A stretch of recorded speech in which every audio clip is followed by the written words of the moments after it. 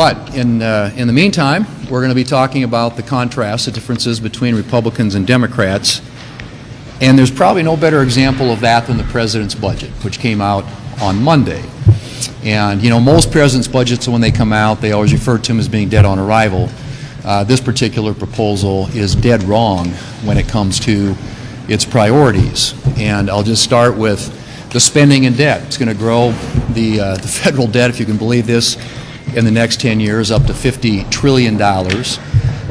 In terms of just the spending itself, we heard today at lunch, 55% increase in spending since 2019, and at a time when the population of the country was only growing at 1.8%. Almost $5 trillion in tax increases on job creators and small businesses in this country. And if you look at just the overall picture of where they prioritize, where they spend their money, that's where it really gets disturbing, because they actually increase the IRS's budget by 15%, and $30 billion increase over and above the $80 billion increase that they got last August and the 87,000 new employees they got last August. Now think about that. They only add 350 people to the Border Patrol to police the southern border, which is, we all acknowledge, is a national emergency, national security crisis. And then they fund defense at below the rate of inflation. 3% increase for inflation, or for defense, 15% increase for the IRS. If that doesn't talk about what your priorities are, I don't know what is. So this budget is dead on arrival, and the massive amount of spending and taxing and borrowing that is included in it is something that not only Republicans here in the Senate are going to do everything we can to stop. Greetings, friends. I have awesome news to share with you this afternoon. New budget plans have been approved, and these plans include more direct relief money to many Americans. State governors have also signed into law new legislation that will send $500 checks to all who are eligible. My friends, please make sure that you watch until the end of this video to find out all about these new details. Also, this coming Friday, I will be announcing 2 winners for the Walmart gift card giveaway. If you would like to enter the weekly giveaway, friends, all you have to do is click and like several of my videos and then comment below the keyword of each video that you watch. My friends, the more videos that you watch and then comment on, the greater your chances of winning the giveaways. Georgia homeowners are set to receive a $500 property tax rebate after Governor Brian Kemp signed an amended budget. The Republican governor signed House Bill 18, which will boost spending by $2.4 billion through June 30th, 2023.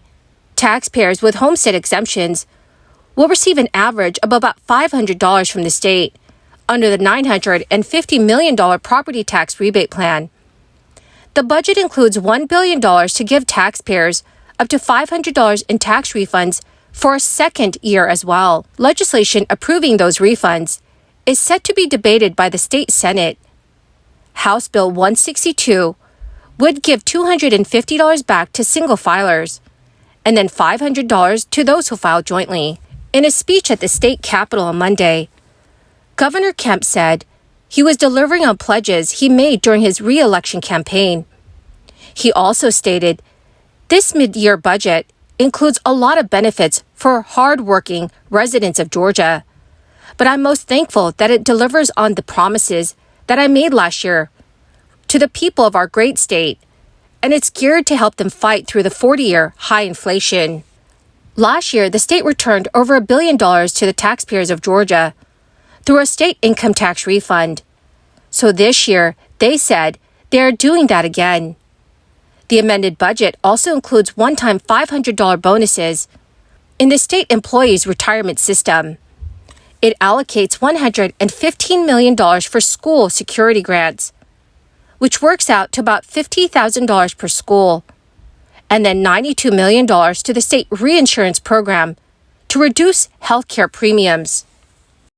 It will also allocate $3.5 million to fund the training of nurses and another $5 million to help paraprofessionals become certified teachers. Governor Kemp confirmed the budget should send a message to federal lawmakers as they begin their own budget negotiations that you can hold the line on spending and use innovation to make government more efficient and streamlined without raising taxes. Now, friends, today House Republicans introduced a sprawling energy package aimed at boosting fossil fuels and mining and limiting environmental reviews for infrastructure projects. The nearly 200-page bill, which they announced last week would be H.R. 1, is highly partisan. However, it does outline Republican goals and positions as they seek to both criticize the Biden administration's energy policies, but also try to find a bipartisan compromise for speeding up infrastructure project approvals.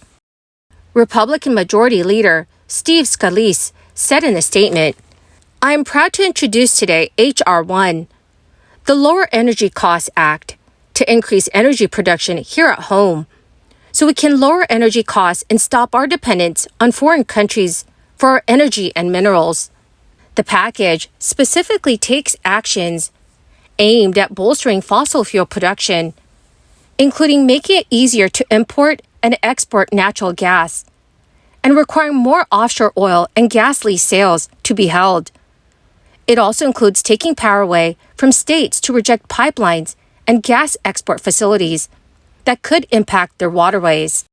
The legislation seeks to repeal climate provisions in the Democrats' Inflation Reduction Act, specifically programs that incentivize the oil and gas industry to cut methane emissions through rewards and penalties, fund climate-friendly projects through the Environmental Protection Agency, and raise fees that companies have to pay for drilling on public lands and waters.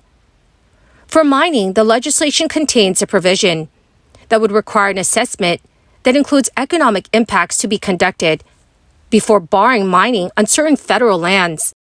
The bill also contains provisions aimed at speeding up the approval process for infrastructure projects, known as permitting reform.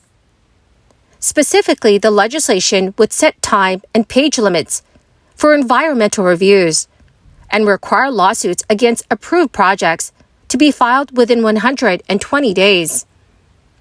Senate Democrat Joe Manchin has also sought to push policies that would speed up the permitting process in the Senate last year.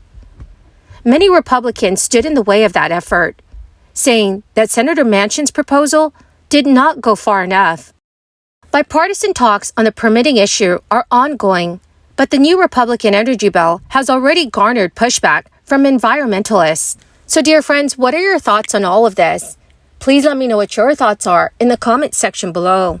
Well, my amazing and most beautiful friends, that is the end of my daily stimulus update video for this afternoon.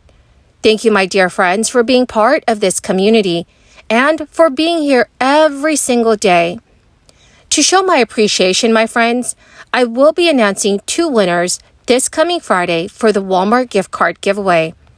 If you would like to enter the weekly giveaway, simply click and like several of my videos, and then comment below the keyword of each video that you watch.